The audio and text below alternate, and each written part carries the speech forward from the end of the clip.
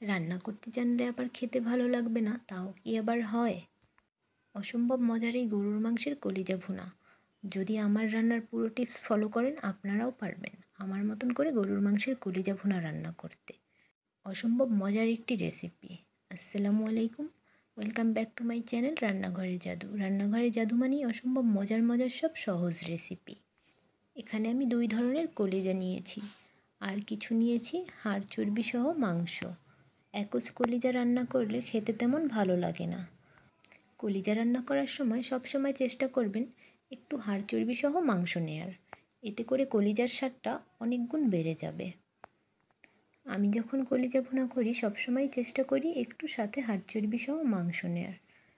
এবার আমি কলিজাগুলোকে সেদ্ধ করে নেব। কলিজাগুলো সেদ্ধ করার জন্য একটি পাতিলের ভিতর আমি কলিজাগুলো আলাদা করে নেব। কলিজাটা সেদ্ধ করলে কলিজার ভিতরে যে রক্তগুলো থাকে সেগুলো বেরিয়ে আসে।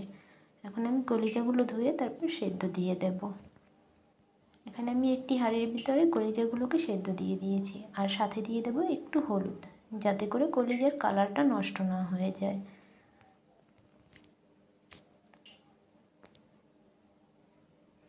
কলিজাগুলোকে আমি 10 থেকে 15 মিনিটের মতন সেদ্ধ করে নেব। সেদ্ধ করার কারণে কলিজার ভেতর থেকে যে রক্তটা বের হয়েছে, সেজন্য দেখুন পানিটা কীরকমের কালো হয়ে যাচ্ছে।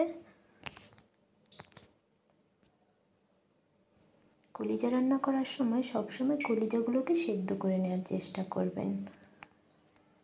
দেখুন কলিজার ভিতর থেকে কীরকমের ফেনার মতন বের হচ্ছে। কলিজাগুলোকে আমি 10 থেকে 15 মিনিটের মতন সেদ্ধ করে নিয়েছি, তারপরে ছোট ছোট পিস করে ধুয়ে নিয়েছি। কলিজাগুলোকে আমি একদম ছোট ছোট পিস করে নিয়েছি, আর সাথে মাংসগুলোকেও ছোট ছোট পিস করে নিয়েছি। কলিজা ভুনা করতে গেলে আমি সবসময়ই কলিজাগুলো ছোট ছোট পিস করে নিই, এতে করে আমার কাছে খেতে ভালো লাগে। কলিজাগুলো আমি কিছুক্ষণ প্রেসার কুকারে রান্না করব, সেই জন্য আমি কিছু মশলা অ্যাড করব। এখানে 1 কাপের মতন নিয়েছি পেঁয়াজ কুচি, আদা বাটা, রসুন বাটা, কিছু এলাচি আমি থেতলে নিয়েছি, আর কিছু দারচিনি। কলিজার সঙ্গে সব উপকরণগুলো আমি অ্যাড করে নেব, আর সাথে দিয়ে দেব 1 চামচের মতন হলুদের গুঁড়ো, এখানে 1 চামচের একটু কম নিয়েছি, আর দিয়ে দেব মরিচের গুঁড়ো। কলিজা ভুনা একটু ঝাল ঝাল হলে ভালো লাগে, তাই আমি একটু মরিচের গুঁড়োটা বেশিই দিয়েছি। কিছু জিরের গুঁড়ো, আর দিয়ে দেব গরম মশলার গুঁড়ো, স্বাদ মতন লবণ। এই পর্যায়ে আমি সয়াবিন তেলটা অল্প অ্যাড করব, তারও কিন্তু একটা কারণ আছে, একটু পরেই দেখতে পারবেন। এখন সব কিছু ভালো করে আমি মিশিয়ে নেব।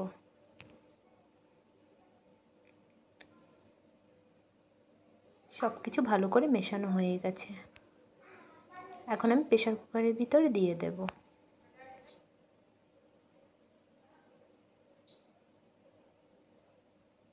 কলিজাগুলো আমি সব প্রেসার কুকারের ভিতরে দিয়ে দিলাম, আর এখানে সেদ্ধ হওয়ার জন্য আমি অল্প একটু পানি অ্যাড করব। প্রেসার কুকারে রান্না করার সময় অল্প পরিমাণে পানি অ্যাড করলেই হয়ে যাবে।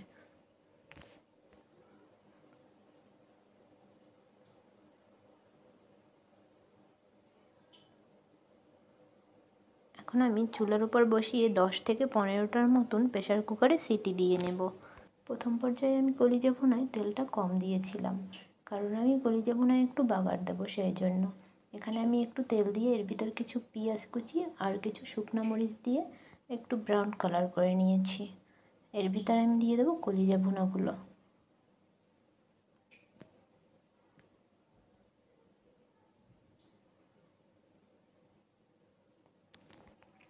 কলিজাগুলোকে একদম আমি কষিয়ে নেব, এর ভিতরে একটু পানি রাখবো না।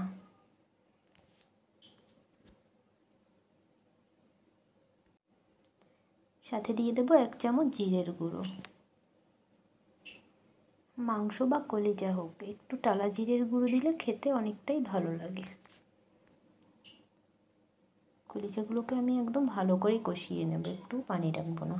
বারবার করে একটু নেড়ে চেড়ে দেব, যাতে করে নিচে না লেগে যায়।